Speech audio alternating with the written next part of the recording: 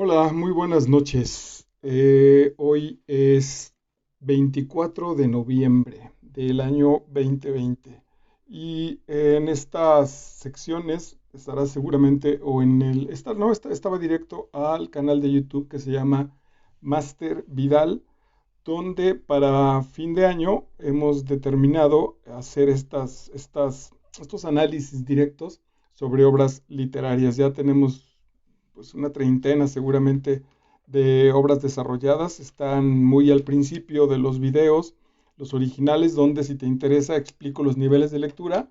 Pongo el ejemplo de los niveles de lectura con el cuento de Soldadito de Plomo de Hans Christian Andersen y a partir de ahí la herramienta es tan noble que la verdad es que con cualquier texto, incluso, bueno, sí, literario, sí, los otros no tienen mucho sentido, que con cualquier texto literario de cualquier género podemos usarla y encontrar pues las riquezas. Yo decía que era entrar como a una alcantarilla, entrar como a una mina para ir a buscar los tesoros.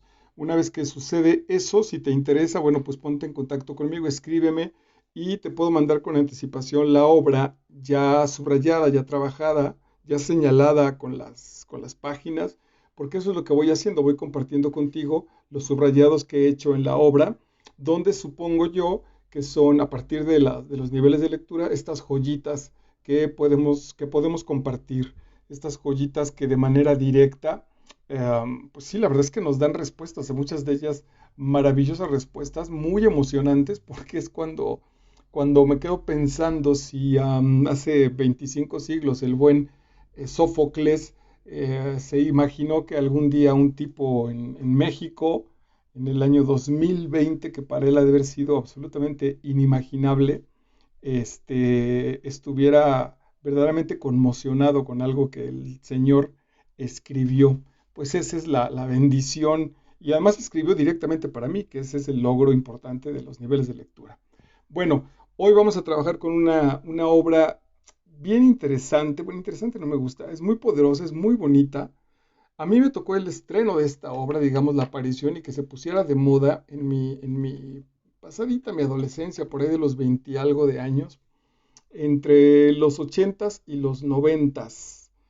Se puso de moda este autor Milan Kundera o Kundera, un autor que nació originalmente todavía en un país que ya no existe, que se llamaba Checoslovaquia y que se dividió ahora en la República Checa y en Eslovaquia. Y Kundera desde 1900, él nació en el año 1929 y, y desde 1984 tomó la nacionalidad francesa, debe vivir en Francia, todavía vive. Decía, pues los datos que tiene 91 años de edad. Bueno, entonces, pues pues pensante, pues ojalá esté activo. Es amplia su bibliografía, pero básicamente tenía tres. Este es el clásico, que se llama La insoportable levedad del ser. Es posible que se parezca actualmente a Murakami en el sentido de que es muy emocionante descubrir una obra muy poderosa cuando está recientemente escrita, que va saliendo de la imprenta, digamos, en ese sentido, y empezar a determinar si va a ser un clásico o no. Yo hoy, a 30 años de distancia de mi primera lectura con respecto a esta obra, la gocé muchísimo. Sin duda fue una obra que me gustó muchísimo y que después, incluso aparte, me quedé mucho más con la idea de un texto suyo que se llama La broma, donde a partir, sí, justo de una broma que un oficinista hace, la vida le cambia de manera brutal en este sistema comunista en Checoslovaquia. Pero a los niveles de, bueno, pues claro, también es de su abuelo geográfico, el maestro Franz Kafka, con estos niveles tortuosos de ridiculez y de un mundo absolutamente absurdo. Bueno, la insoportable levedad del ser se puso de moda, le entramos los intelectuales, le entramos todos los chavos, seguramente nos impactó muchísimo y hoy te decía, 30 años después, me ha gustado mucho, la disfruté muchísimo, me dio mucha nostalgia, es una obra relativamente sencilla, pero que es un paseo con todas las cosas que ya el autor dibujaba, ¿no? Con todos los elementos que empezaban a manifestarse, con esta apertura ya en estas grietas que estaba haciendo el sistema comunista. y que bueno, claro, en Occidente lo aprovechaban muchísimo. Cualquier cosa que hablara mal del sistema socialista, comunista, pues era bienvenido. Y entonces hubo hasta una especie como de boom. Entonces, ahora me parece que 30 años después volver a leerla, hay que revisar si envejeció, si era demasiado contextualizada en su proceso, y a mí me parece que no, cuando menos para mi humilde opinión, está rebasando esas barreras, se volverá un clásico. El asunto del comunismo y del rompimiento del sistema, a mí me parece que en tal cual es la obra, quedará como una anécdota.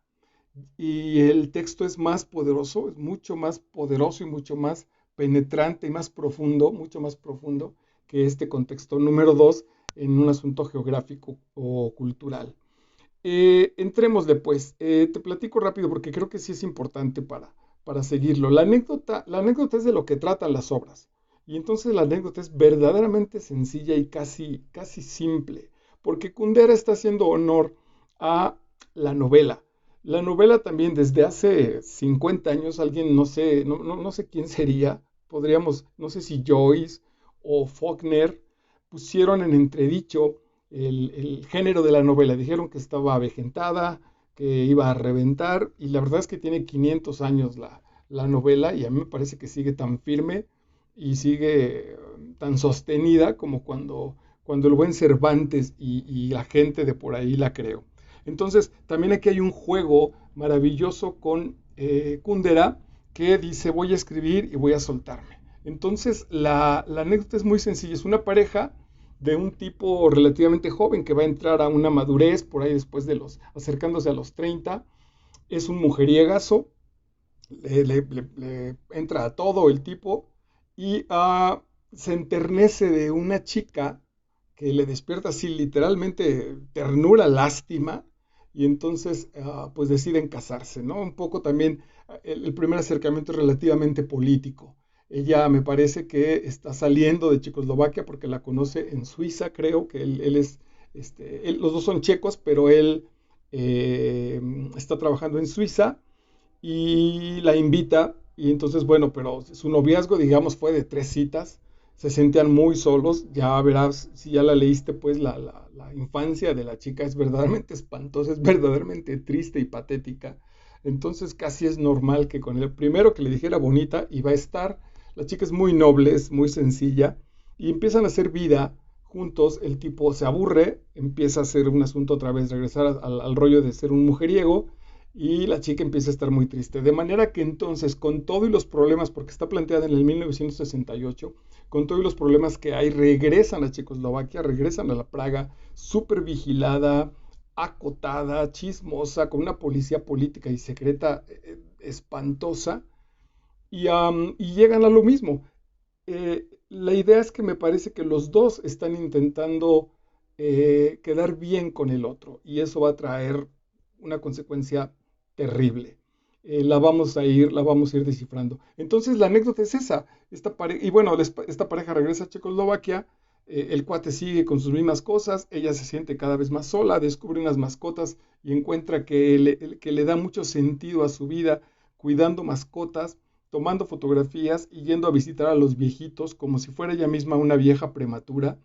Y después, después de muchos intentos de separarse, de divorciarse, etcétera, en un último intento de restablecer la relación, deciden ir a vivir a un pueblito de Checoslovaquia donde relativamente las cosas están muy tranquilas. Van, lo hacen, se calman, están entrando a sus primeros años de lo que podría ser una vejez, y se conformarán con una vida relativamente tranquila.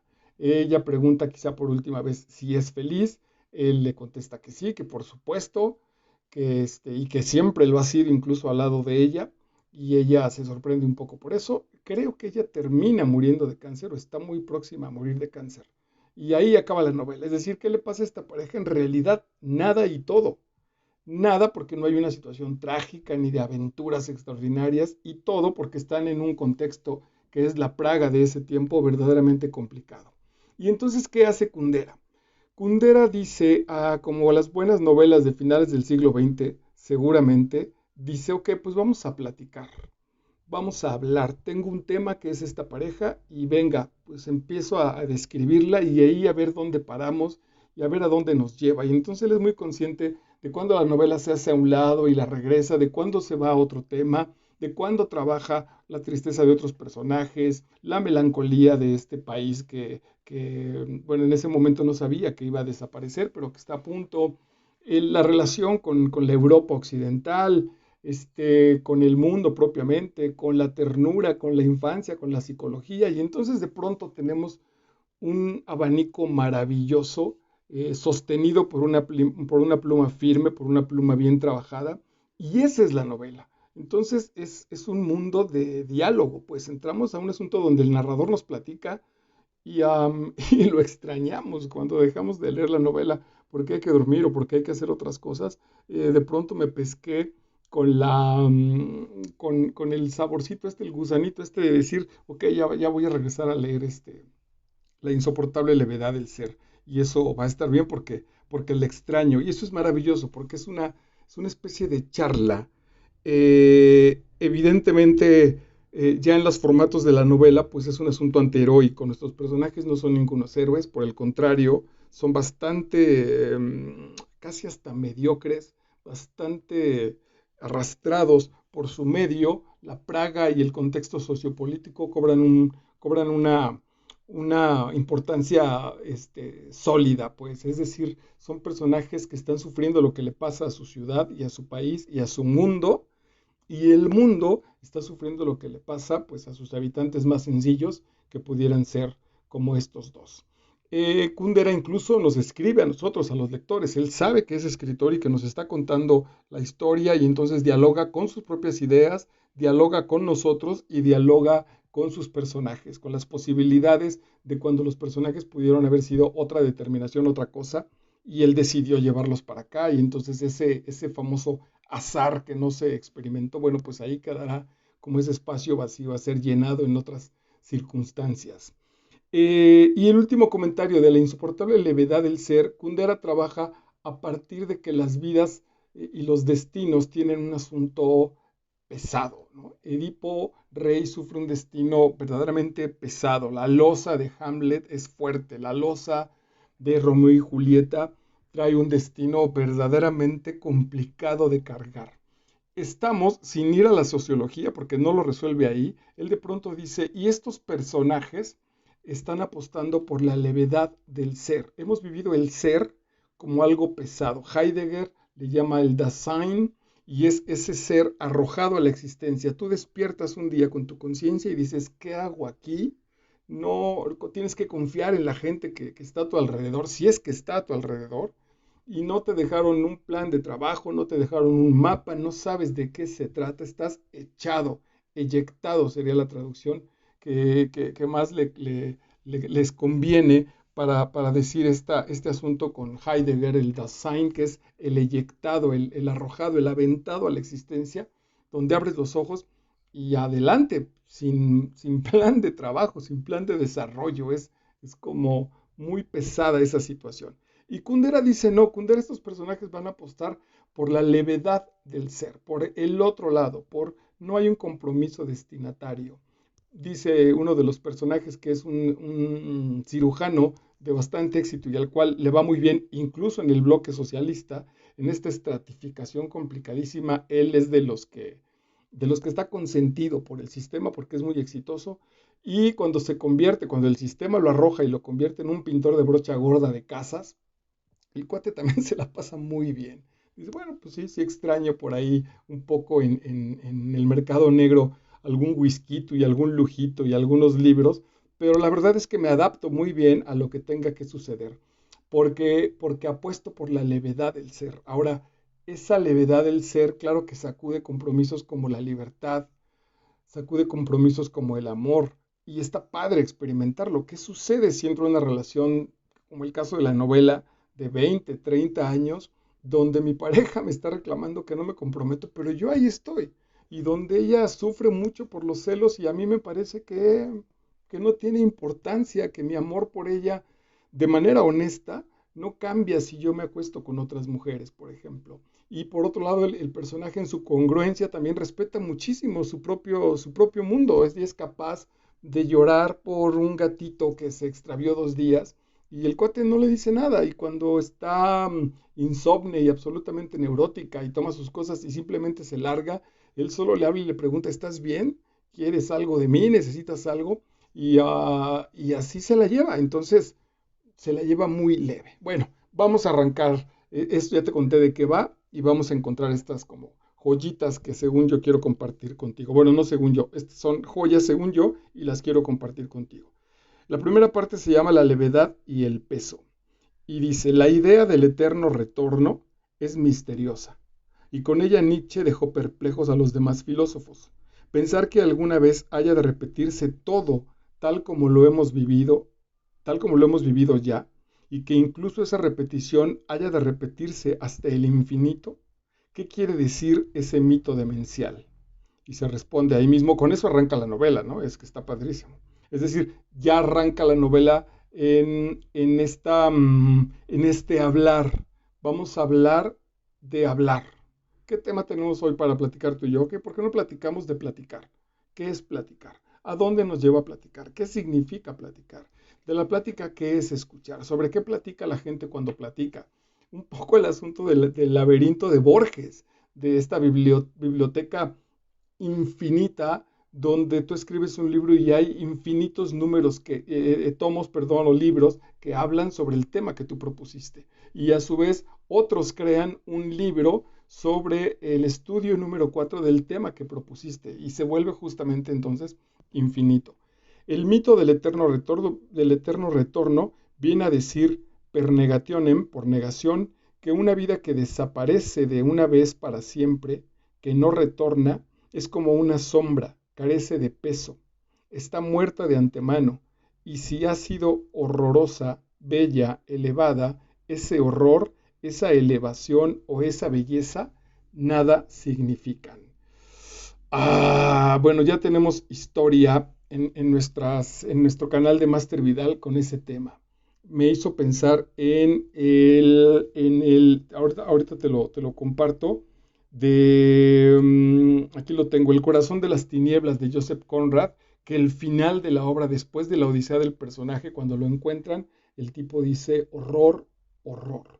O el final de Romeo y Julieta, que apuestan por un más allá y que Julieta besa los labios envenenados de Romeo, se clava un puñal en el cuerpo para alcanzar en ese más allá de esperanza, a su amado, etcétera. Pues en este caso, lo que quieras hacer con tu vida, al final, en este juego de imágenes que es la existencia, a la existencia como tal le da lo mismo. Aquí viene una especie de neutralidad, a veces espantosa, a veces amarga, del destino. Quisiéramos tener una vida que valiera la pena para que al final de la vida alguien me pusiera mi estrellita. Eso el catolicismo o el cristianismo lo ha resuelto, porque si yo me porto bien, al final estará el paraíso o los don Juanes históricos que se enfrentarán con un arrepentimiento, entonces te arrepientes, viene el perdón y accedes al cielo. Tuvo sentido entonces todo lo que pasó en tu existencia porque al final de cuentas trasciendes a otro aspecto. Pero ¿qué sucede si no es que no haya algo del otro lado? Sí hay algo, pero lo que hayas hecho aquí no importa. Entonces, si fuiste la Madre Teresa de Calcuta, no importa. Si fuiste Justine de Sade, no importa. O la otra, o Julieta de Sade, que era súper puta, así literal, vendida, traicionera, traiciona a su propia hermana, malagradecida, puerca en el peor de los sentidos, no importa. Y no importa porque en este espacio-tiempo que se llama tu propia vida, tú puedes hacer lo que se te pegue tu regalada gana. Entonces tú sabes qué haces con eso. Si la utilizas como pensaba en San Francisco de Asís, o la utilizas como el Marqués de Sade, ¿no? O cuando menos el personaje del Marqués de Sade, no necesariamente el propio Marqués, aunque por ahí dice que fue bastante, bastante travieso. ¿Qué sucedería entonces? Da lo mismo, es decir, mi vida está condicionada a un final. Eso lo trabajé mucho con los alumnos, particularmente en el tema de la literatura. La literatura, ah, cuando terminas de leer un libro, ¿qué? ¿Eres mejor ser humano? ¿Hay un premio? ¿Culturalmente avanzaste? ¿No pasa absolutamente nada? Entonces yo les decía a los chicos en clase, estudien justo como por el placer de estudiar, no estén buscando la calificación, cuando menos no en literatura. Y si lo llevamos a otro aspecto, entonces las relaciones de pareja, hago las cosas para que me amen, o como ya amo, entonces hago las cosas. O hago las cosas incluso aunque no ame. Ese es un punto importante a cuestionar en esta novela maravillosa. Hago las cosas porque sé que hay, después de que se terminen las cosas, un premio o un castigo, o no importa.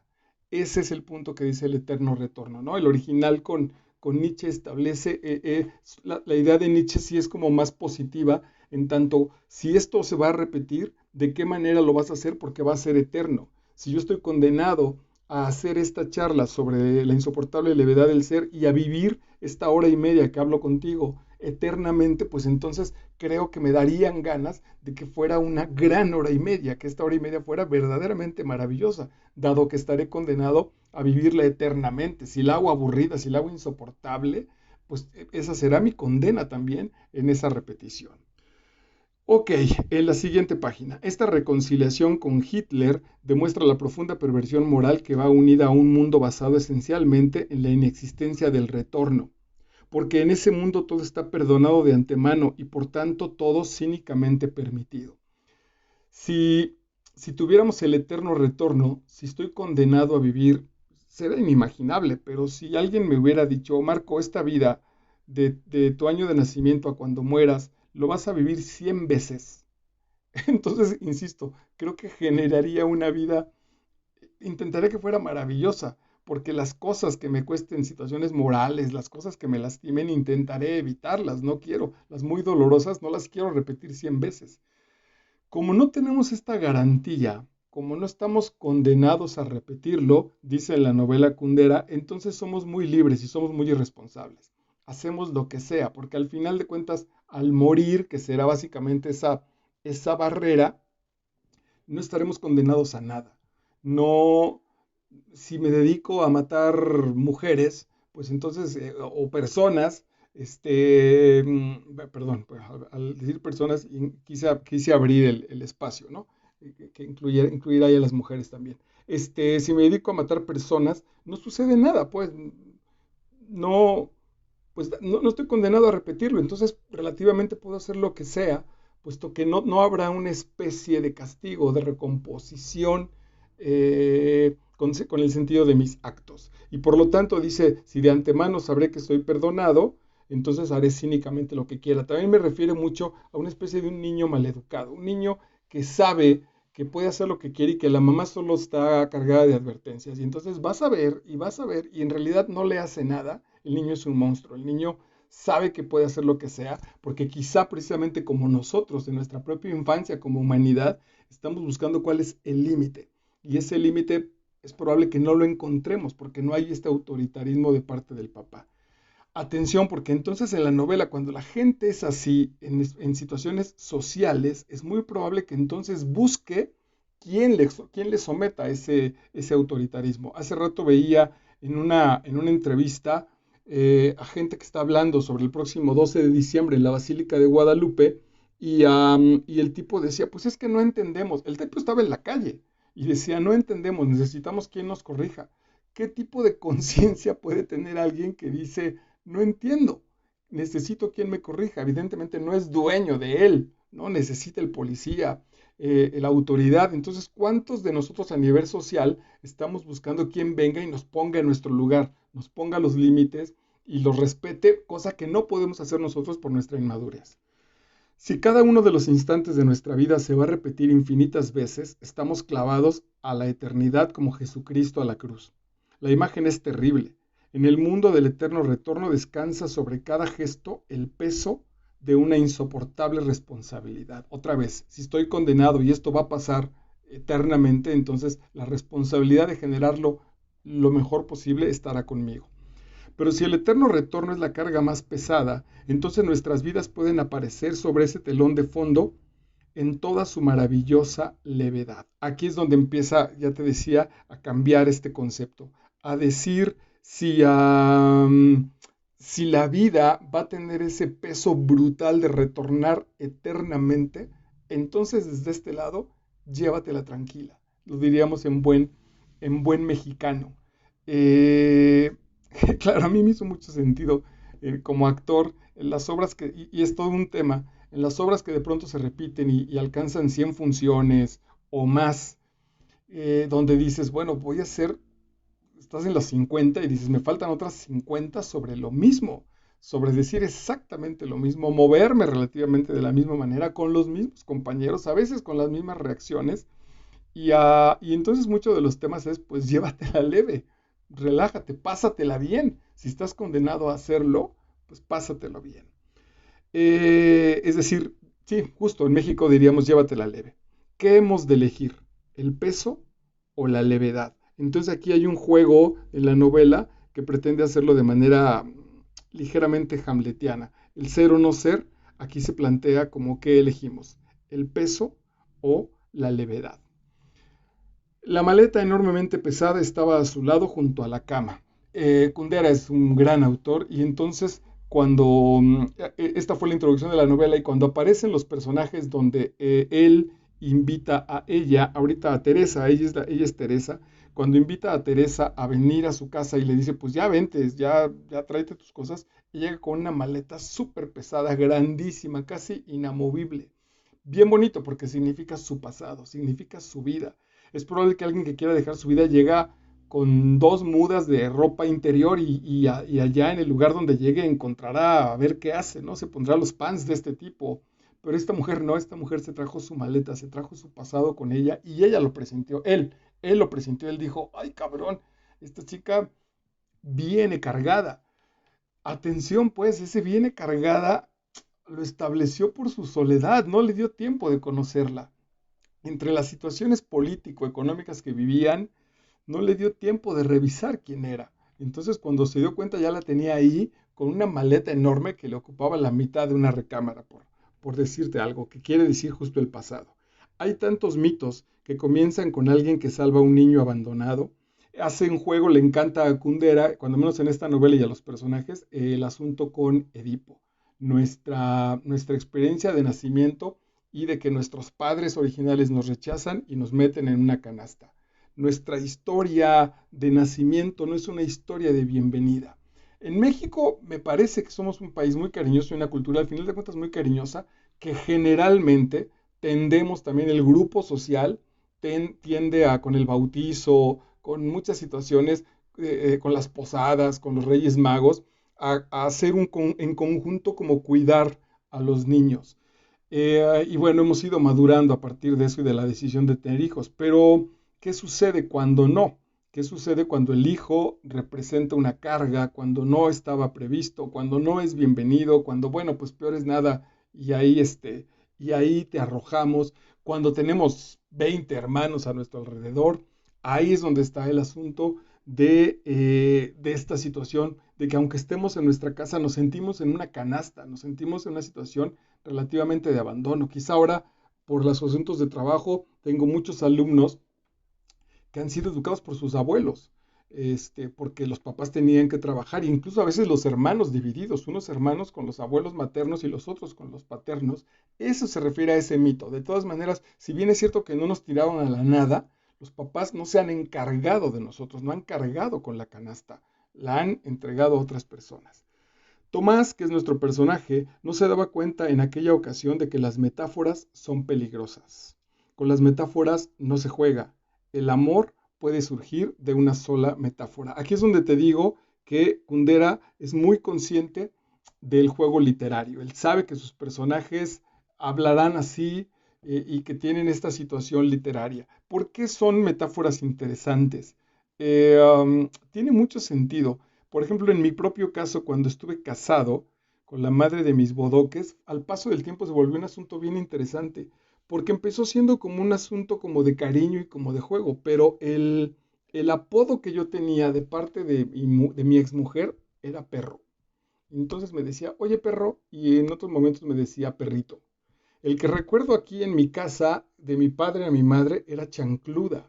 Y entonces, en realidad, más allá de que se dijeran con dolor, con rencor, con lo que quieras, la metáfora fue peligrosa, ¿no? Hay una enorme diferencia entre decirle a alguien mi amor, cariño, linda, bebé, lo que tú quieras, o decirle el nombre francamente con cariño, te acepto por ahí hasta flaquita posiblemente, o flaquito, pero perro y chancludo me parece complicado. Y viene a partir de esta situación de cómo la infancia se fue generando y sobre todo qué metáforas usamos para referirnos a las cosas. Si el trabajo es una chinga, si vengo de la putiza, si la casa o la mujer es la fiera, esas metáforas al final de cuentas vienen del pensamiento y definen nuestra realidad, diríamos, en un relativamente estructurado coaching, en un asunto de que la realidad se finca a partir de las palabras que estableces. Ok, el amor que había entre él, Tomás y Teresa era bello, pero también fatigoso.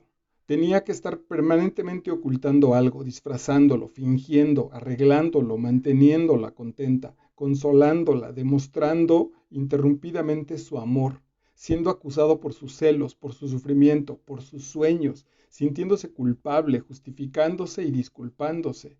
Aquel esfuerzo había desaparecido ahora y permanecía la belleza. ¿Qué sucede con eso? ¿Por qué se entregan? Aquí hay un asunto que requiere un poco de información hacia el contexto. Y te lo resuelvo de manera sencilla. Ya en las cápsulas de Master Vidal hay una programación bien bonita que se llama Amar sin sufrir, de la maestra Virginia Blanes, y las heridas emocionales en la infancia, de Liz Bourbeau. Cuando Teresa llega y quiere que ser amada por Tomás, y Tomás tiene que estar haciendo eso, manteniéndola, contentándola, consolándola, demostrándole interrumpidamente su amor, protegiéndose de sus celos, es porque le está tirando cosas y deudas que ella tuvo en la infancia. Mucho cuidado entonces. Si estás en ese caso, ya estás casado y está tu pareja y tienes estos problemas, terapia, ayuda profesional, porque lo que estamos proyectando es la carencia que yo tuve de niño, se la estoy poniendo a mi pareja de manera exagerada. Tomás, que es un cuate bastante tranquilo, quitando todo eso que de por sí puede ser una carga espantosa, dice, ok, atrás de todo eso, es cierto, permanecía la belleza, permanece el ser humano sufriente, sin duda, pero inocente en su origen. Casi flotaba, se hallaba en el campo mágico de Parménides, disfrutaba de la dulce levedad del ser. Otra vez, pues sí, tengo esa mujer, yo le llamaría bruja, tengo esa bruja en la casa, pero si por ahí tantito me doy chance de pensar que esa bruja es bruja porque ha sufrido un montón, atrás de eso, y cuando no está en su neurosis absoluta, puedo reconocer que es una mujer bella, que es una mujer inocente. Esto está planteado en la novela, no es una determinación, puede suceder exactamente lo mismo. Cuando mi pareja, atrás de mis celos, atrás de mi exigencia, atrás de mi machismo, encuentra a un ser humano, dirá, este Marquito es bellísimo, me parece genial, es inocente. Ok, el Musein viene a partir de un pasaje de Beethoven, que es lo que yo más o menos también te decía en la introducción, es este asunto filosófico, estético de estar arrojados. Este Musein dice, el peso, la necesidad y el valor son tres conceptos internamente unidos, peso, necesidad y valor. Solo aquello que es necesario tiene peso, solo aquello que tiene peso vale. La grandeza del hombre consiste en que carga con su destino como un atlas cargaba con la esfera celeste a sus espaldas. El héroe de Beethoven es un levantador de pesos metafísicos. Es esta cultura trágica de que traemos una cuestión aquí como atlas a nuestras espaldas sosteniéndola. Mi pasado, mis lealtades, mi existencia, mis preguntas filosóficas, aquí las cargo encima de mi espalda como un enorme esfuerzo. Tal vez también ahí aparezca el mito de Sísifo, ¿no? Este tipo que tiene que hacer rodar su piedra y una vez que está arriba, irremediablemente cae y tendrá que volver a empezar a arrastrar con ese peso. Las ganas de abrazar a Teresa, unas ganas que aún sentía en Zúrich en el momento de subir al coche, habían desaparecido por completo. Le parecía que estaba frente a ella en medio de una planicie nevada y que los dos temblaban de frío. Me encanta la metáfora. esta pareja que una vez que tienen cierta seguridad, que cuando no está de manera intensa la sexualidad, cuando se preguntan quién eres uno al otro, y entonces se dan cuenta de que están en una especie de páramo helado, de que puta madre, estoy muerto de frío y sabes lo terrible es que pensé que tú ibas a cubrir mi frío y el otro dice exactamente lo mismo. El alma, triste, tímida, atemorizada, estaba escondida en las profundidades de las entrañas de Teresa y le daba vergüenza que la vieran. ¿Por qué sucede esto? ¿Por qué esta frialdad frente al otro? Porque en nuestra vulnerabilidad, perdóname, escondemos quiénes somos. Digo, seguro tendrás montones, ¿no? Cartitas que estaba yo haciendo para las novias o para las niñas que me gustaban, canceladas por mi papá como ridiculeces, porque él quería que me pusiera a estudiar. Este, um, Alguna vez medio borracho también me preguntó si me gustaba una niña. Yo todavía era muy chavito y si me gustaba una niña, no sé si ahijada de ellos o amiga pues de algunos amigos, me atreví a confesarle que sí y me dijo, cuidado, no te la vayas a coger. Cuando yo no entendí ni siquiera el concepto, vino después de una enorme carcajada. ¿Qué va haciendo eso? Pues va haciendo que guardemos nosotros nuestra situación más interior, va haciendo que guardemos nuestra ternura. ¿Cómo voy a llegar a mi casa con un perrito que rescaté del parque mojado? Mi mamá me va a regañar y me va a decir que acaba de trapear, que dónde lo vamos a poner, que qué vamos a hacer con él. Esas situaciones aparentemente en contra de una normalidad, de una práctica básica, en realidad cuando eres niño aplastan, son muy terribles. Teresa había sido una niña maravillosa, inocente, tierna seguramente, y ahora estaba atemorizada y le daba vergüenza que la vieran. Uno de los pasajes fuertes, creo que no lo subrayé porque me parecía que había cosas más importantes, es que ella de niña, y todavía hasta la fecha cuando visita a su madre, hay algo que le molesta mucho y es que su mamá anda francamente desnuda o con muy poca ropa en la casa y con las ventanas abiertas. En términos de que la mamá en su propia libertad anda así y a veces están sus novios por ahí y ella anda caminando en calzones y en brasier, a veces sin brasier, en puros calzones, ella aún siendo niña o mujer le parecía que su mamá rompía con algo, pero no era romper con algo en términos de un interdicto, de liberarse de algo, sino le faltaba como al respeto a una situación. El punto era como si no fuera valioso. O sea, el punto no es me voy a encuerar porque quiero romper un tabú, que es no se puede andar desnudo en la calle y lo quiero romper, sino más bien mi cuerpo no es valioso, mi ser no es valioso, que entonces no lo cubro, lo muestro como es, no me importa mostrarlo como es, porque no tiene validez para mí, porque no me interesa, porque si yo no valgo, entonces se lo puedo regalar a quien sea. Lo he platicado en otras situaciones de una amiga que cayó en la situación de la drogadicción y después de muchos años de encontrármela, me pidió que le invitara una cerveza, fuimos a la tienda por la cerveza y después me dijo, ok, ¿en qué lugar quieres que te la chupe? Y fue así de, ¿pero qué? Esa es esa propuesta brutal, la estima que tenía ella misma como mujer, como mujer drogadicta, sabía que el precio cuando alguien le invitaba a algo, pues era este asunto de transgresión sexual, y ya lo había asumido, pero tenía que ver con el valor que ella misma tenía de su propio ser. Quien gritaba era el propio idealismo ingenuo de su amor que quería ser la superación de todas las contradicciones. Esta frase es súper dominguera y es maravillosa. Cuando ella se quejaba, cuando Teresa se quejaba de esa poca estima, quien gritaba era el propio idealismo ingenuo de su amor, que quería ser la superación de todas las contradicciones. Voy a crecer y voy a comprarle una casa a mi mamá. Voy a crecer y voy a cuidar a mi mamá para que mi papá le deje de pegar. Voy a crecer y me voy a llevar a mis hermanos a otra casa para que mi papá no nos pegue. Esas situaciones ideales son puro amor, intentando romper con las contradicciones que la realidad nos pega a bofetadas en nuestra vida. La superación de la dualidad entre el cuerpo y el alma y quién sabe si la superación del tiempo. Esto en la infancia, chicos, es veneno puro.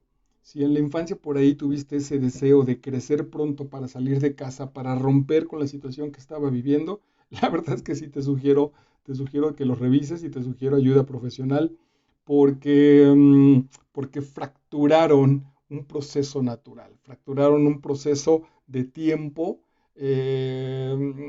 lo tronaron, lo estiraron de más y en ese estiramiento quedan muchas situaciones lastimadas.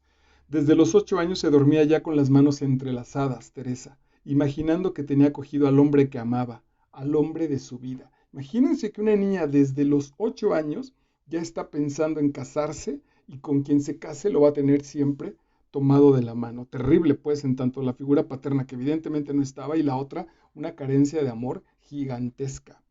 Las mujeres que se alegran de ser idénticas e indiferenciables celebran en realidad su muerte futura, que hará que su identificación sea absoluta. Hablando un poco hacia afuera, hablando un poco hacia el asunto de la moda, por ejemplo, y de las mujeres que están acá y que se visten acá en el exterior y que se visten igual y que se maquillan igual y que hablan igual y que oyen la misma música y que van a los mismos lugares y que ven los mismos programas, están buscando desaparecer su situación. Entonces revísalo también ahí. Te recomiendo también en Master Vidal, tengo unas cápsulas que se llaman que son de carácter terapéutico y se llaman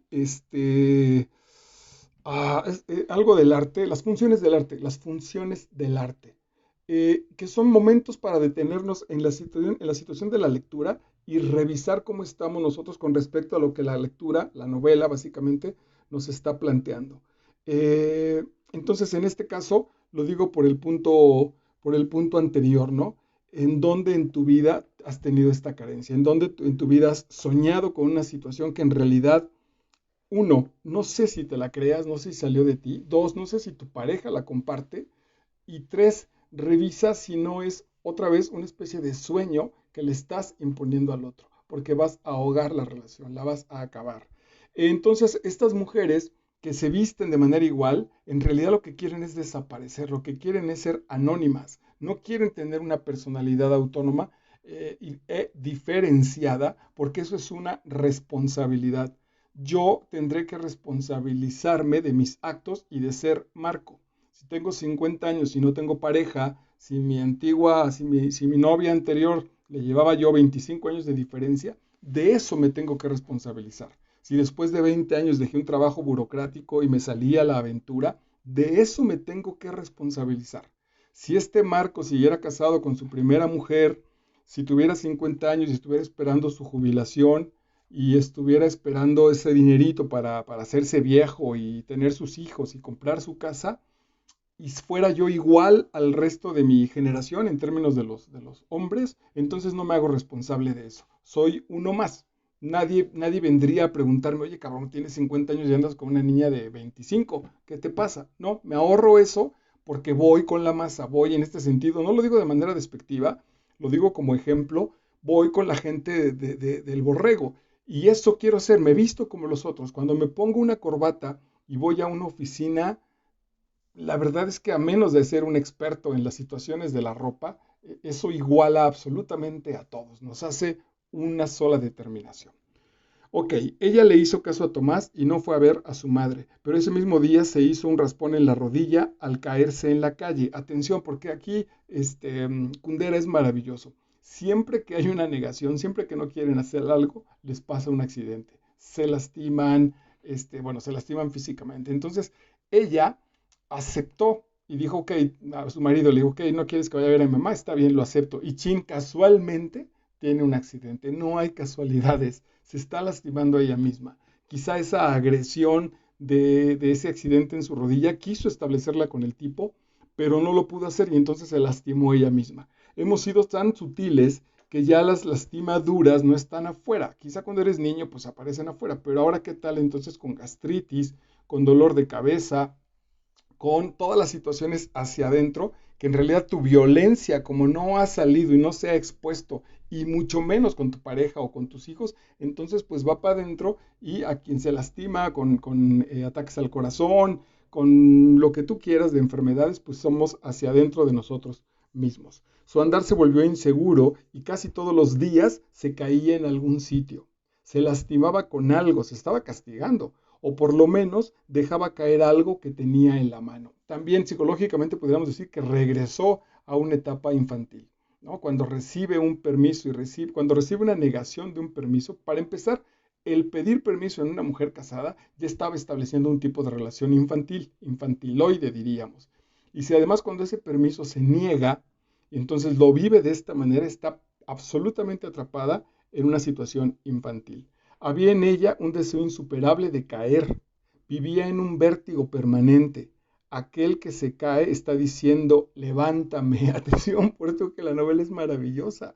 Aquel que se cae está diciendo, levántame. Tomás la levantaba pacientemente.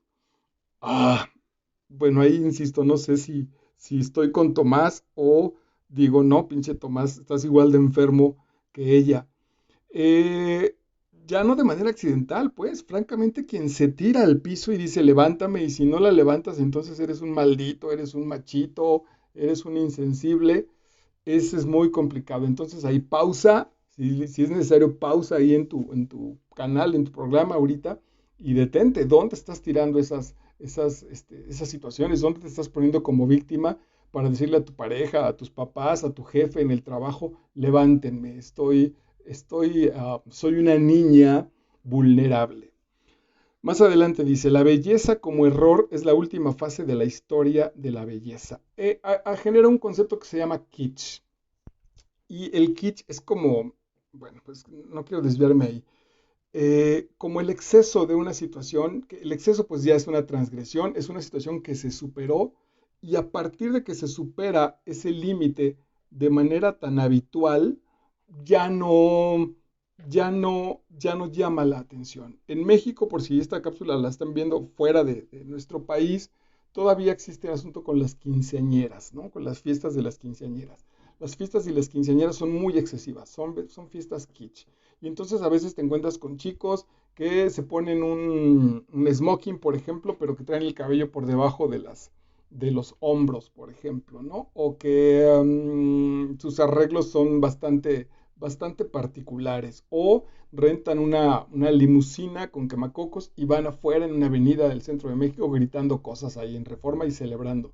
El vestido, que es francamente ridículo, es absolutamente inútil para otro día que no sea ese, y sin embargo es tanta gente la que pide esa situación, son tantas niñas las que exigen esa situación y tantos padres que se sentirán orgullosos de ese proceso, que se vuelve kitsch, se vuelve una costumbre, pero en realidad es una exageración y es francamente incluso ridícula. Claro, si se normaliza, pierde este concepto de la ridiculez. La belleza, el alcanzar la belleza estética, sé que estoy diciendo una redondez, una redundancia, pero la belleza, la última fase, cuando ha llegado a su límite, dice Kundera, entonces cuando la historia de la belleza ha tocado un tope, ya no hay más obras que crear o ya no hay sensibilidad que las detecte, entonces digamos que vamos para atrás y se establece esta situación de esta belleza o estas situaciones kitsch en el mundo, pues la política en nuestro país es una situación kitsch. La belleza está oculta tras los bastidores de la manifestación del 1 de Mayo. Si la queremos encontrar, tenemos que rasgar el lienzo del decorado. Aquí hay un concepto particular. En los países comunistas, la gran manifestación, como aquí en México, el desfile del 16 de septiembre, por ejemplo, o el del 20 de noviembre, que tiene un carácter más deportivo, pero que ya son al final de cuentas también situaciones viejas, ya cada vez van apestando, ya cada vez es menos atractivo. Eh, en los países comunistas, el 1 de Mayo era la gran celebración, ¿no? La gran celebración de los obreros, el encontrarle el sentido a todo su proceso y a toda su revolución. Bueno, si quieres encontrar la verdadera belleza, hay que rasgar esas imágenes. Atrás de estas fiestas, de estas ceremonias kitsch, excesivas, etcétera, al final de cuentas encontramos belleza, ¿no? Es decir, detrás de unos 15 años, creo que sí hay una hija que respeta, que ama, que se siente todavía, que siente pertenencia por su familia. Hay un papá orgulloso que tendrá que despedirse de la niña para empezar también a vivir un proceso de liberación con respecto a la señorita, etcétera. Todas esas cosas que tienen sentido y que son lindas, hay que rasgar, hay que quitar todo el vestido ridiculito y el pastelito para encontrar que tenía un sentido bello como tal. Ok, dice, un drama vital en el capítulo 9. Un drama vital siempre puede expresarse mediante una metáfora referida al peso. Es decir, otra vez, me cayó el peso de la existencia, el peso de los años. Decimos que sobre la persona cae el peso de los acontecimientos. La persona soporta esa carga o no la soporta. Cae bajo su peso, gana o pierde. Pero ¿qué le sucedió a Sabina? Sabina es una de las amantes que incluso se hace amiga de Teresa, es una de las amantes de Tomás que se hace amiga de Teresa. Pero ahora ya no hay drama, entonces, ¿desde dónde lo van a vivir en esta levedad? Su drama no era el drama del peso, sino el de la levedad. Lo que había caído sobre Sabina no era una carga, sino la insoportable levedad del ser, que es que Tomás en algún sentido escogió por su esposa, eligió a la esposa y a Sabina, que es la amante, o que era la amante, la dejó pues ahí. ¿Y qué hacemos ahora, no? Un asunto de, bueno, no, la verdad es que no, ni quiero pasarlo, pero cuando se encuentran la pareja oficial, digamos, y la amante se queda un poco con el orgullo de la tragedia. Es decir, el otro cabrón la engañó, yo entregué lo mejor de mí, te ofrecí mis mejores años, me dijiste que te ibas a divorciar y ibas a venir conmigo, y si no es cierto, bueno, queda un poco la dignidad de quien se entregó sin pedir nada a cambio. Pero ¿qué sucede si se lo toma leve? ¿Qué sucede si, eh, pues sí, si le digo a mi amante que no, que me voy a quedar con mi mujer y ella me dice, pues ok, este, pues me estoy haciendo vieja, tú a tus 50 años todavía puedes mover, hacer cosas, yo ya no estoy no es tan fácil, pues ¿qué te parece si voy los viernes, te cuido un poco a los hijos, platico con tu mujer, nos hacemos amigos y sucede, y se hace así, no se tocará el tema de la traición, pero se asume desde otro lado. Pensé, es que no me acuerdo del título de la película, bueno, ni modo, ojalá la encuentres a partir de lo que te diga, una película de Woody Allen, donde uno de los personajes, un hombre, está casado con una mujer bastante amarga. Se parece un poco a la base de las tres hermanas de Chekhov. Tienen tres hijas y viene el divorcio de los papás. Las hijas ya son mayores, los papás incluso también andarán por ahí de los 60, 65 años. Y el tipo, a los 3 meses del divorcio, viene con una mujer que es una chispa maravillosa. Es genial, es amable, se ríe, baila, se viste escotada, bebe, cotorrea con todo el mundo y ama al papá. Se ve que es muy divertida la mujer y le hace la vida feliz al papá y la mamá se mete en una depresión espantosa y creo que incluso, no sé si se suicida o lo intenta, me parece que sí se suicida caminando al mar en una costa de California, en las heladas aguas de esos mares en Estados Unidos. Y bueno, pues claro, se hace el drama y viene el cuestionamiento. ¿A quién apoyas? Justo la mamá tomó por el peso de la existencia y la otra se lo tomó leve. Viene después la muerte del papá, que es todo un asunto, la película vale mucho la pena, porque es un asunto maravilloso de las cosas que están por debajo de esa situación, como la mujer se muere, el padre se siente culpable, no obstante de estar con una mujer maravillosa, alegre, que apuesta por la vida, termina acompañando a su muñeca sufridora, a su bulto insensible, a partir de la culpa. Es maravillosa. Ok, bueno, regresemos a nuestro texto. La policía secreta existe en todo el mundo. Cuando yo tenía 14 años escribía en secreto mi diario. Lo guardaba en el desván. Esto es de Teresa. Mi madre lo localizó. Un día a la hora de comer, mientras estábamos todos inclinados sobre el plato de sopa, lo sacó del bolsillo y dijo, prestad todos atención, y lo leyó, y a cada frase se partía de risa. Todos se reían tanto que no podían ni comer. Imagínate nada más el madrazo que para una niña sensible significó esto. Que tu madre en tu adolescencia, en tu infancia recién salida, frente a la familia, saque tu diario, lo lea y todos se mueran de risa de tus secretos, de tus sensaciones, de tus preguntas en el mundo. Por eso cité arriba que la policía secreta está en todo el mundo. ¿Por qué?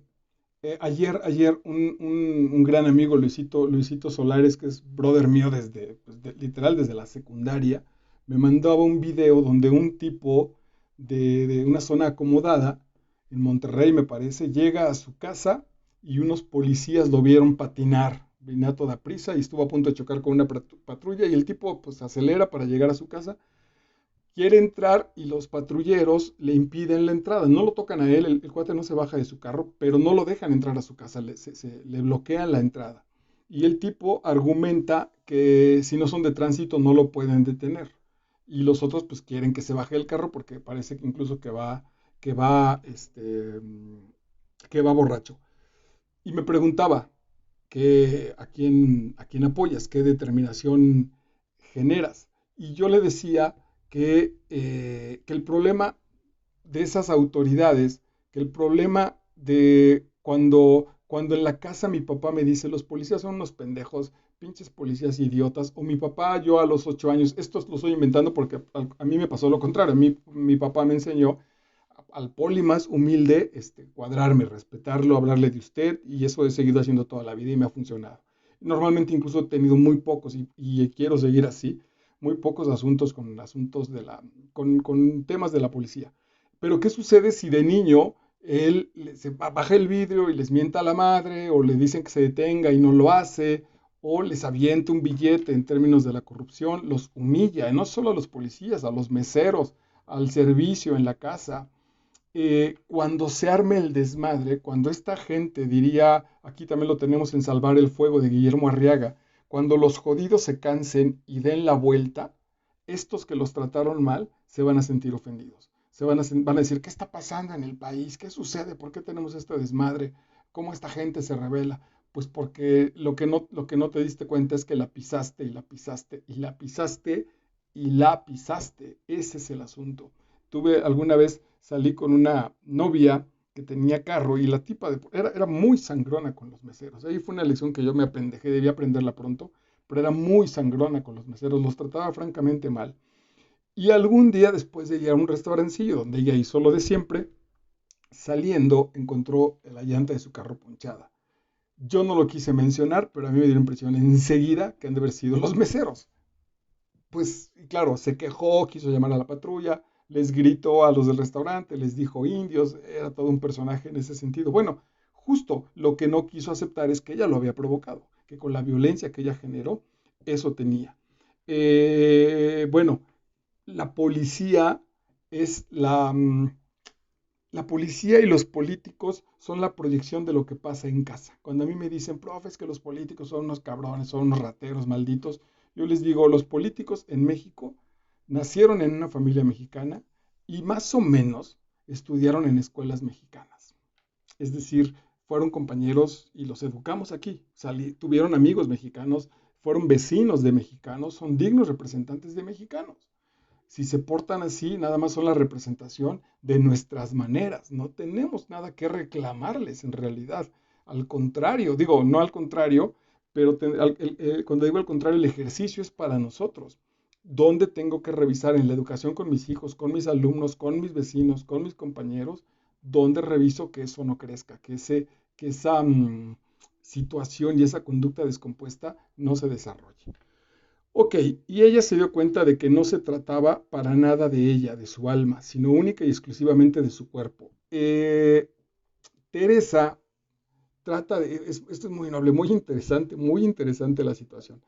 Teresa, tratando de entender a Tomás, le pregunta incluso, le dice, oye Tomás, pues tú te acuestas con montones de mujeres, porque hay una escena muy fuerte, Tomás se acuesta con montones de mujeres y huele a sexo. Y entonces un día ya no soporta y le dice, Teresa, es que hueles a sexo. Y le dice, ¿cómo crees que estás loca? Él sabía por qué le daba esas respuestas. Y le dice, sí, tu cabello huele a sexo. Y él se acuerda que se metía a bañar, pero con el frío que hacía en Checoslovaquia, entonces no se lavaba el cabello. Y su cabello olía a sexo y ahí lo detectaron, ahí lo cacharon. Bueno, ella le pregunta, ¿qué sucede si yo te soy infiel? Y el infiel, y un poco desapegado, le dice, pues no sé, a mí no me preocuparía, así que es un tema tuyo. Y entonces ella, que estaba trabajando en un bar, acepta un día probar la infidelidad. Y entonces esta reflexión genera. Y ella se dio cuenta de que no se trataba para nada de ella, de su esencia, de su alma, sino única y exclusivamente de su cuerpo, de un cuerpo que la había traicionado y al que ella había mandado a recorrer el mundo junto con los demás cuerpos. Y aquí viene también un asunto bien interesante que tendríamos que revisar. Si quieres, te invito a que revises tuvimos como lecturas directas las conversaciones con Dios de Neale Donald Walsch. Están aquí en el canal de Master Vidal. Ah, nos conviene seguir manejando esta división de cuerpo y espíritu, donde somos convenencieros y pensamos que nuestro cuerpo es una situación alejada con respecto a nuestra alma. No somos exactamente lo mismo, y entonces si lastimo mi cuerpo, lastimo mi interior, y si lastimo mi interior, termino por lastimar mi asunto físico. Son solo reflexiones, son solo situaciones de posibilidad. Eh, en ese mismo texto se plantean, por ejemplo, justo lo que te digo, que las enfermedades tienen necesariamente un carácter psicomático. Entonces, cualquier enfermedad que tengas es un asunto que traes puesto aquí, o una falta de perdón que traes puesto acá, o algún coraje o alguna venganza que se están manifestando de manera física. No hay nada más mísero que su cuerpo, desnudo, sentado encima de la terminación ampliada de una tubería de desagüe. Yo aquí preguntaba, ¿por? ¿De dónde salió? El cuadro está que se mete a un baño y tiene que hacer, y bueno, claro, y además que con mucha urgencia, está con el amante y le dice, tengo que ir al baño, y va con el amante y le anda del 2 y entonces desnuda, está cagando en un baño frío. Y Kundera se plantea, ¿no es esa la parte más indigna? Y aquí había que revisar, ¿por? ¿Por qué tenemos esa parte como las necesidades fisiológicas como la parte más indigna de nosotros mismos? No digo que se vaya al otro lado y generemos una belleza y una situación donde cagar y orinar y vomitar y estas cosas del cuerpo les hagamos como las alabemos al otro lado. No, no, no. Pero en realidad tenemos un prejuicio verdaderamente espantoso, verdaderamente terrible con respecto a nuestra propia corporalidad. En Brujas, un texto que escribí hace poco, un personaje le dice al otro, quitemos esta sangre espantosa. ¿Cómo se le ocurre a un dios mandar procesos vitales con sangre por fuera? Y el otro personaje pregunta, ¿cómo es que hemos llegado a generar que un elemento tan importante para la vida como la sangre sea un fluido barato, sea un fluido apestoso, sea un fluido que dé asco, si está puesta como tal la vida misma en esa situación? Entonces, revisemos ahí también nuestros conceptos con respecto al mundo. No deseaba el cuerpo de un amante, deseaba su propio cuerpo, repentinamente descubierto, el más próximo y el más extraño y el más excitante. Aquí agárrate, esto está bien padre. No sé si en nuestra cultura funcione. Ella dice, la experiencia de la infidelidad, de acostarse con otro hombre que no es su marido, dice ella, no deseaba el cuerpo de un amante, porque para eso tengo el de mi marido. Lo que deseaba es el reconocimiento de mi propio cuerpo. Pero eso es terrible, porque el reconocimiento de mi cuerpo y de mi ser viene dado en la infancia y viene dado por la familia. El respeto y los espacios y la determinación vienen dadas por mamá o papá. Pero sí, claro, si mamá se burla de tu diario, si mamá andaba encuerada en la casa, si papá no estaba, o si papá es brutal contigo y no puedes andar destapada porque papá o se excita o te castiga, entonces no tenemos un cuerpo libre. Nos vamos a arrepentir de ese cuerpo libre. Hay montones de personas que entonces dice el acercamiento con el otro no está en la tradición, está en sentirse vivo. Si además nuestras relaciones una vez establecidas en el matrimonio, los juegos sexuales son lo primero que se cae, los juegos sexuales son los que se van determinando hacia abajo, entonces es muy probable que la salida en términos de ir a buscar un amante no esté en la traición, sino esté en el reconocimiento de mí. Y tiene mucho sentido. Si el marido se la pasó diciéndole, igual ella a él, si se la pasó diciéndole gorda, descuidada, chamagosa, siempre estás así, pues claro, que cuando alguien se sienta, cuando alguien reconozca la otra parte, pues es evidente que yo mismo pues diría, no es cierto, no soy esto, voy a estar con quien me dé lo contrario. A veces puede ser en términos de chantajear, pero básicamente es en términos de ir a buscar el propio cuerpo, repentinamente descubierto, el más próximo y el más extraño y el más excitante. Lo que, lo que es capaz de generar el cuerpo. Entre la vida con mis alumnas y con algunas amigas, incluso con algunas novias en la adolescencia, bueno, tuve una experiencia muy linda con un par de ellas, como de descubrir el cuerpo, pero algún par de novias me preguntaban, que ya trabajaban ellas, yo todavía era un estudiante, y me decían, es que en la oficina me dicen cosas y me ven quién sabe cómo. Y yo pensaba, y a veces sí se los decía, pues te ven como una mujer porque eres un bombón, o sea, estás buenísima, eres muy guapa. Te ven así, ay, ¿tú crees? No, pues entonces yo voy a venir tapada, lo que tú quieras que traían en la moral. Era como, como no se daban cuenta de lo que podían despertar. Iba a decir, no sé si por tan bonitas o lo contrario, simplemente no tenían ese referente. No sé qué sucede cuando yo camino y muevo las caderas en la oficina y tengo 17 o 18 años, no tengo claro qué despierto en los hombres. Esa especie de inconsciencia, a esa se refiere. Si no está clara, si no es un tema abordado libremente, la verdad es que entonces normalmente las mujeres, pero también los hombres, vamos a ir a buscarlo del lado negativo, vamos a ir a buscarlo con la información más barata.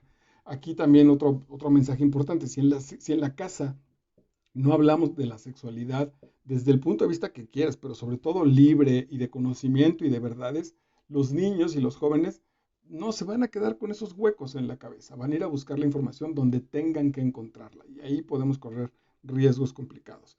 Los amores son como los imperios. Cuando desaparece la idea sobre la cual han sido construidos, perecen ellos también. Aquí hay un asunto muy lindo de los rusos que cada aniversario de boda se preguntan si se volverían a casar. Si en este momento, después de 10 años, te casarías conmigo de nuevo.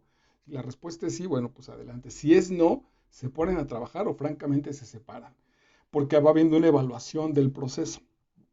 Perdón, aquí el asunto es, ¿sigues con tu pareja, noviazgo o matrimonio, que vivan juntos en una unión libre? Bueno, el lenguaje es interesante aquí, ¿no? Como la unión libre, ¿por qué se llama libre? ¿Que las otras son esclavizantes? ¿O qué? Este, revisa en dónde estás en ese proceso, constantemente además, para que no suframos estos engaños o desengaños irresponsables. Ella estaba en cama y él de pie a su lado con la intensa sensación de que ella era un niño al que alguien había colocado en un cesto y lo había enviado río abajo. Es decir, otra vez el asunto de Edipo. Y sí es cierto, pero bueno, solo lo digo en este planteamiento, también sucede con quien se encarga de mí, con quien se encuentra conmigo, cuando mi pareja dirá, pues Marco es un inmaduro, o Marco es un neurótico, o Marco es un macho, cómo lo resolverá. Aquí en este sentido, Tomás se da cuenta de que ella venía con una orfandad impresionante y él le abrió la puerta y ahora ya está aquí y ahora ya no la soporta. Ese es su cuestionamiento. Ese es el punto que dice, chingale, pues ya está aquí, ha sufrido montones, está muy neurótica y ahora ¿qué hago? No la puedo regresar. Si además es la mamá de mis hijos, ¿qué hago con ella? Si por otro lado viene tan herida que no soy su profesor, no soy su coach, no se deja ayudar incluso por mí. Hace poco alguien me decía, de manera muy interesante, reclamándome, ¿no? Me decía, pues es que en la oficina hay hombres a los que les aprendo. Y le digo, pues sí, justo el tema es que conmigo no quieres aprender. Ese es el punto, que cualquier cosa que yo te intercambio, tú te niegas a aceptarla porque viene de mí, porque viene de la relación. ¿Dónde demonios dice que con las parejas no se aprende?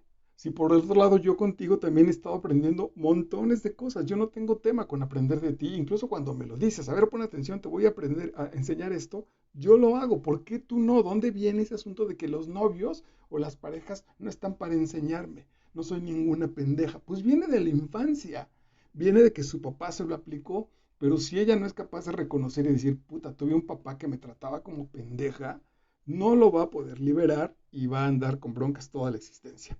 Ok, adelantito dice, ese fue seguramente el motivo por el cual un día cogió una traducción del Edipo de Sófocles. Claro, pues el Edipo trata justo de eso, de ese niño que los padres lo niegan porque el papá, sobre todo Layo, va a sentirse traicionado. Va a decir, a Layo le dicen que cuando Edipo crezca va a ocupar su reino, cosa que es simbólica evidentemente, pero Layo no lo entiende, Layo es muy plano visualmente y entonces pues lo sube a una canasta y lo desaparece. Pues lo mismo, cuando la mamá de Teresa, que no nace como hija deseada, entonces ella, a partir de andar encuerada por la casa, sigue intentando ser joven, sigue intentando ser esplendorosa y para eso humilla a la hija, pues lo que estamos teniendo como consecuencia es justamente lo que te estoy platicando.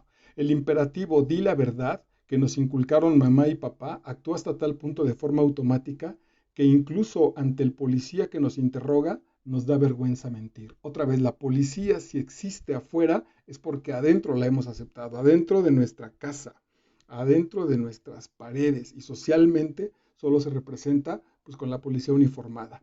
Entonces, si el asunto es di la verdad, porque los niños tienen que decir la verdad, a veces es, plantea Kundera, a veces puede ser muy cruel, porque es probable, dice por otro lado, por ejemplo, manejo unas entregas que se llaman Manual del Guerrero de la Luz, donde dice que el guerrero de la luz con cierta madurez puede mentir, sabiendo que es dueño de su mentira, sabiendo perfectamente que es una mentira y que no le está sacando provecho a esa mentira, sino que está estableciendo una situación en la cual puede evitar ser cruel. En el corazón de las tinieblas, la amante de Kurtz le pregunta a nuestro viajero cuáles fueron las últimas palabras de Kurtz. Ella está esperanzada en que dijera su nombre, seguramente dijo mi nombre, sus últimas palabras fueron mi nombre. Y Kurtz le dice, sí señorita, esas fueron sus últimas palabras. Cuando él sabe perfectamente que sus últimas palabras fueron horror, horror. Pero ella no está preparada para eso, no es necesario tirarle la verdad encima, matarla con esa verdad de ese tamaño, en aras de un imperativo filosófico que mi papá o mi mamá me dijeron, siempre di la verdad, bajo la circunstancia que sea. No seamos dualistas baratos, no quiere decir que si no digo la verdad, entonces miento al otro extremo, no, sino tendremos un manejo maduro de esa información. El amor empieza en el momento en que una mujer inscribe su primera palabra en nuestra memoria poética. Esta, además de que me gustó, lo quise compartir y lo subrayé porque la memoria poética es cuando le encontramos el sentido lindo a algo que posiblemente sabemos que no es lindo. ¿Quién de nosotros sabe que me siento solo, que me siento herido? Terminé hace un tiempo con una pareja y enseguida pues pensé en hablarle a alguien más. Ya no lo hago, ya no lo hago. Quizá con una amiga, pues sin duda sí, una charla que me saque del atolladero, no tengo ningún tema. De hecho, hasta lo hago como tal, pero ya no es un asunto como de tener preparado a alguien que se va a hacer cargo de mí. ¿Por qué no? Porque mi edad, porque mi madurez ya no está para esa situación. Entonces, si de pronto me ligo y no estoy sanado, no estoy libre de la relación anterior y me ligo con alguien sabiendo que es una carencia mía, voy a inventarme una actitud filosófica, moral, estética o poética para esa situación. Y dice Kundera, pues es responsabilidad tuya. Tú sabes si todos tus amigos dicen, oye, tu chica está bien neurótica, cabrón, se ve que está bien loca. Y tú le dices, está pasando por una crisis en el trabajo. Te estás haciendo pendejo en realidad. Nada más estás tapando lo que es obvio, pero a partir de tu disposición moral. Dice en Aura Felipe Montero que le puso una situación, una justificación moral a su excitación, a su deseo. Él deseaba acostarse con Aura, pero cuando sabe que Aura está sola, entonces dice, ok, la voy a acompañar. Acompañar implica me quiero meter contigo a la cama, pero ya no se oye tan brutal, ya está suavizado por ese matiz poético, por ese matiz de belleza. Pues es lo que está sucediendo acá también con nuestros personajes. Los personajes de mi novela, como te decía que Kundera nos habla directamente, son mis propias posibilidades que no se realizaron. Eso está bien bonito. Por eso les quiero por igual a todos y todos me producen el mismo pánico. Cada uno de ellos ha atravesado de una frontera por cuyas proximidades no hice más que pasar. Entrar a las posibilidades de mis otros seres es la experiencia novelística. Es una gran invitación a escribir, ¿eh? No necesitas ser un profesional para asumir esas posibilidades. Invéntate un día un cuento, una obrita de teatro. Va a ser muy útil ver todas tus proyecciones interiores expuestas ahí afuera. Una novela no es una confesión del autor, sino una investigación sobre lo que es la vida humana dentro de la trampa en que se ha convertido el mundo. Pues entonces maravilloso. Me gusta mucho porque dice entonces Kundera que una novela también son el intento de preguntas, de las preguntas que nos sostienen, de las preguntas que le van a dar sentido a nuestra vida, aparecerán en los personajes de nuestra novela. Después se imaginó qué pasaría si de verdad se fueran al campo.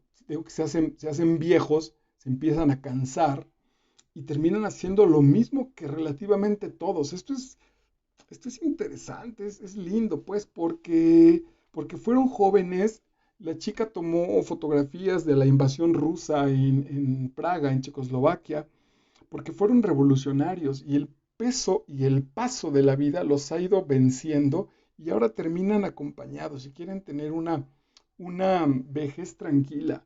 Y la pregunta ahí sería, ¿no se trató de eso? ¿O la única manera de llegar a esa tranquilidad y a esa paz es habiendo pasado por esta licuadora emocional anterior?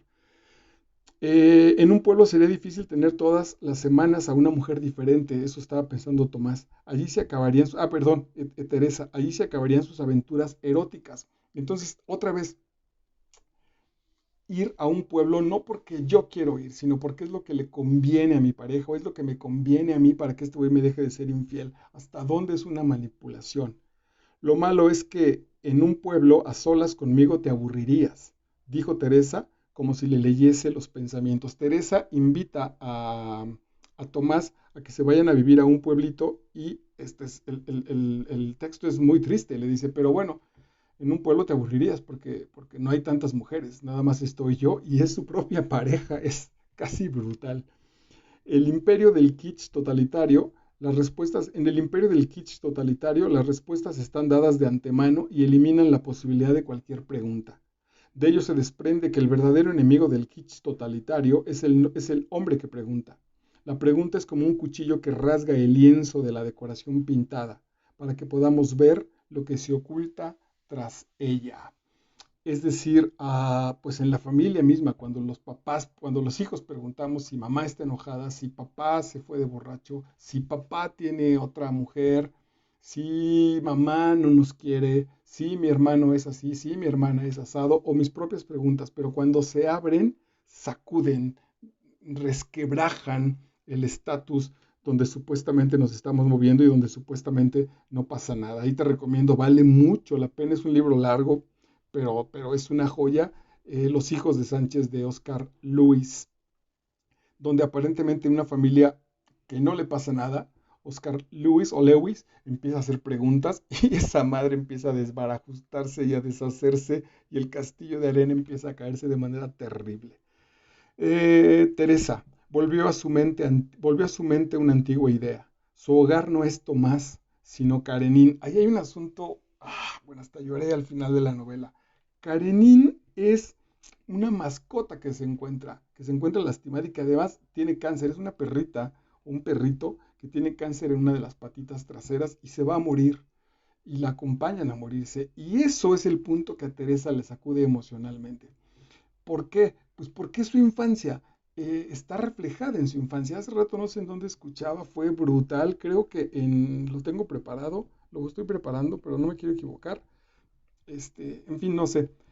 Donde alguien decía que si tienes mascotas, ya sé dónde fue, en un podcast de un tipo que se llama Roberto Martínez, que si tienes mascotas y te preocupas demasiado por tus mascotas, lo que no tienes es autoestima. Me sacudió tremendo.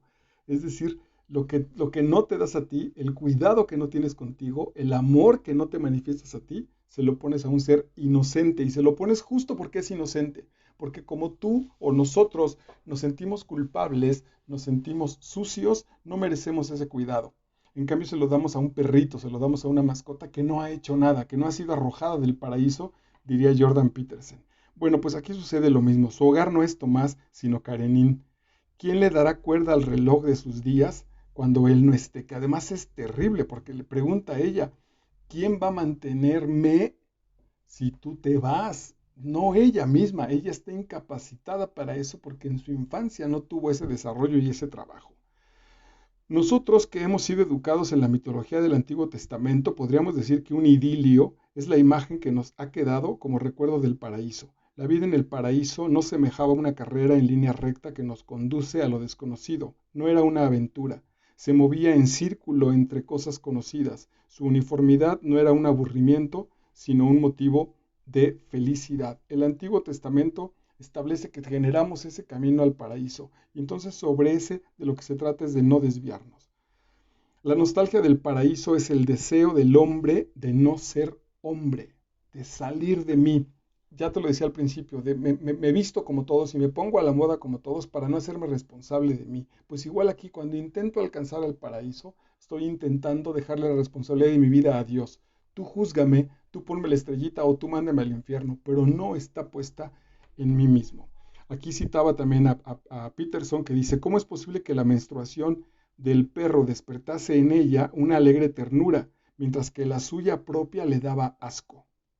La respuesta me parece sencilla. El perro nunca ha sido expulsado del paraíso. Eso lo trabaja Jordan Peterson. Tengo ya una cápsula aquí que se llama 12 reglas para la vida. Revísalo, pues, porque es interesantísimo cómo a partir de la religión queremos y tratamos mejor a las mascotas que a nosotros mismos. Crece ante Teresa una idea blasfema de la que no puede liberarse. El amor que le une a Karenin es mejor que el que existe entre ella y Tomás. Mejor, no mayor. Es mejor el amor que ella siente por su mascota que el que siente por su pareja. Sé que es complicado, pero dale vueltas, porque nadie va a asumir y va a decir, claro, yo trato mejor a mi mascota que a mi pareja. No es tan fácil, pero es cierto. Hay montones de situaciones que son ciertas. No le exiges lo mismo. Aunque sea el pretexto porque las mascotas no hablan o porque es un animal, en realidad es mucho más sencillo que le cargues tu amor y tu ternura y tu atención a las mascotas que a tu pareja. Los hombres, podríamos decirlo, que hay muchos hombres que aman más a su carro que a su mujer. Es un amor desinteresado. Teresa no quiere nada de Karenin, ni siquiera le pide amor del perrito. Jamás se ha plantado los interrogantes que torturan a las parejas humanas. ¿Me ama? ¿Ha amado a alguien más que a mí? ¿Me ama más de lo que yo le amo a él? Es posible que todas estas preguntas que inquieren acerca del amor, que lo miden, lo analizan, lo investigan, lo interrogan, también lo destruyan antes de que pueda germinar. Como el perro, no nos preguntamos si el perro me ama, y no me preocupa si mi perro ama más a mi mujer que a mí, o a veces supongo que sí en el asunto de la neurosis, pero como esas preguntas sí las puedo hacer con ella, meto la estructura mental en una relación amorosa y la destruyo. Me amas igual que yo a ti, y se vuelve, no se dan cuenta, pero se vuelve un discurso puesto aquí que ya no tiene nada que ver con la realidad y que por supuesto al final le encuentran la respuesta. Si alguien me pregunta, si una pareja me dice, oye Marco, ¿me amas? Y a mí la pregunta francamente me aburre porque lo he dicho que sí, porque está en mis actos, porque es una preocupación inútil. El asunto no es si te ama el otro, el asunto es yo lo amo y con lo que él me da estoy a gusto, con lo que él me da está bien, me lo quiere seguir dando, pero sobre todo es mi amor, lo que yo tengo de aquí para afuera se está manifestando, venga, entonces va. Como con la mascota sí lo hago y no pido nada, pero con la pareja no, con la pareja si lo doy estoy esperando recibir y si no lo recibo entonces saco mi hoja de preguntas para hacer el cuestionamiento de las cosas que están fallando. Bueno, cuando yo si estuviera en esa posición digo, basta, por favor, no lo lleves para allá, entonces ellas comprueban, ¿ves cómo no me amas? ¿Ves cómo es cierto que no me has amado? Prefieren tener razón en su estructura mental que tener una relación. Pero claro, está muy adentro eso, no lo saben, ese es el gran problema. Eh, es posible que no seamos capaces de amar precisamente porque deseamos ser amados. Atención, ponte esta ahí, apréndetela. Es posible que no seamos capaces de amar precisamente porque deseamos ser amados, porque queremos que el otro nos dé algo, amor, en lugar de aproximarnos a él sin exigencias y querer solo su mera presencia, como un cachorro, nada más y nada menos como un cachorro. Nadie le da de patadas al cachorro porque hoy que llegué no me movió la cola. Lo acepto con lo que me está ofreciendo. ¿Por qué si yo llego de la oficina y mi mujer no me da un beso, si mi mujer no se pone alegre, por qué le voy a reclamar? En la mesilla había una lámpara encendida que había estado esperándola todo ese tiempo. Encima de la lámpara se había posado una mariposa con las alas abiertas, en las que estaban pintados dos grandes ojos. Teresa sabía que había llegado a la meta. Le mandan una postal y ve ese dibujo y Teresa, después del trato con la mascota que incluso muere, y finalmente sí también de la paciencia de un sensible y honesto Tomás, un tipo tranquilo, que además relativamente se lo dijo, pues mi único problema es que me gustan mucho las otras mujeres. Y entonces, bueno, esa fue una tortura para Teresa.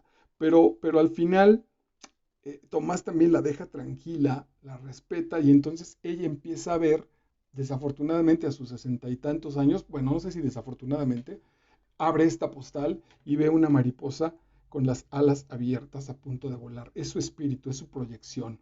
Es posiblemente la curación de su infancia. Entonces, al final de cuentas, va a tener sentido este ejercicio que se llamó vida.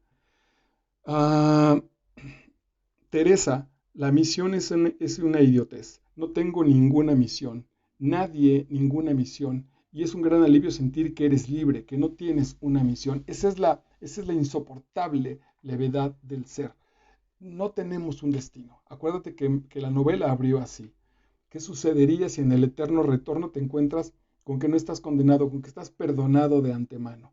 Bueno, pues aquí lo que está diciendo es, no te cases, no tengo una misión, no vine a hacer esta cosa en la vida. No, puede ser muchísimo más relajante. De ahí la novela tiene mucho sentido, que sea verdaderamente interesante, tomársela por la leve.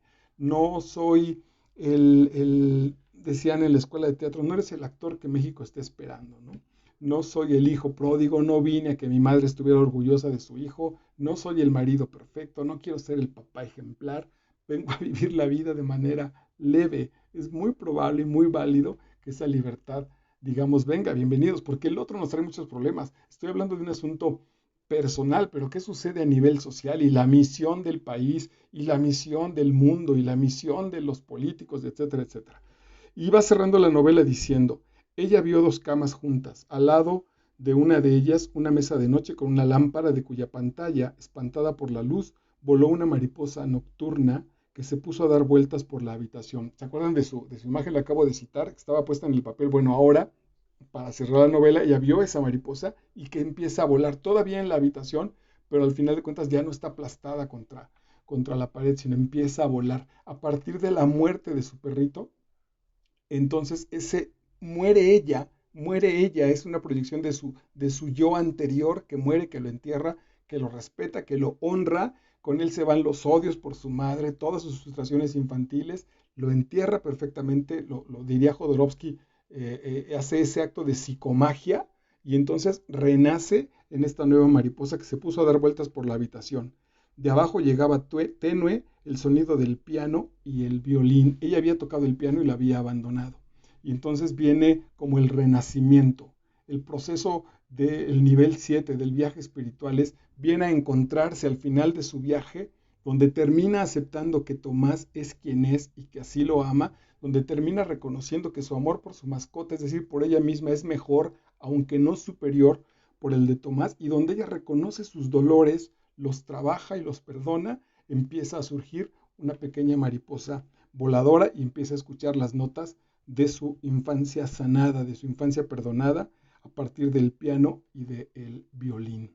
Y entonces, en lugar, diría yo, para cerrar, de redimirse a partir de esta enorme caja, bueno, la maleta esa del equipaje, a los 2 días le dice a Tomás que se la lleve y el tipo vende la maleta de manera súper barata. Se empieza a descargar el personaje de todos esos lastres que ha ido viviendo.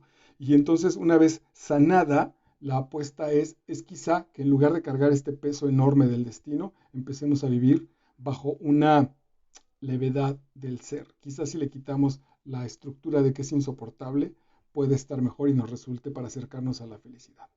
Muchísimas gracias por acompañarnos. Esto está en Master Vidal. Yo soy Marco Vidal. Y si esto lo ves antes del jueves 26 de noviembre, el jueves te espero en estas grabaciones con El Apando del maestro José Revueltas.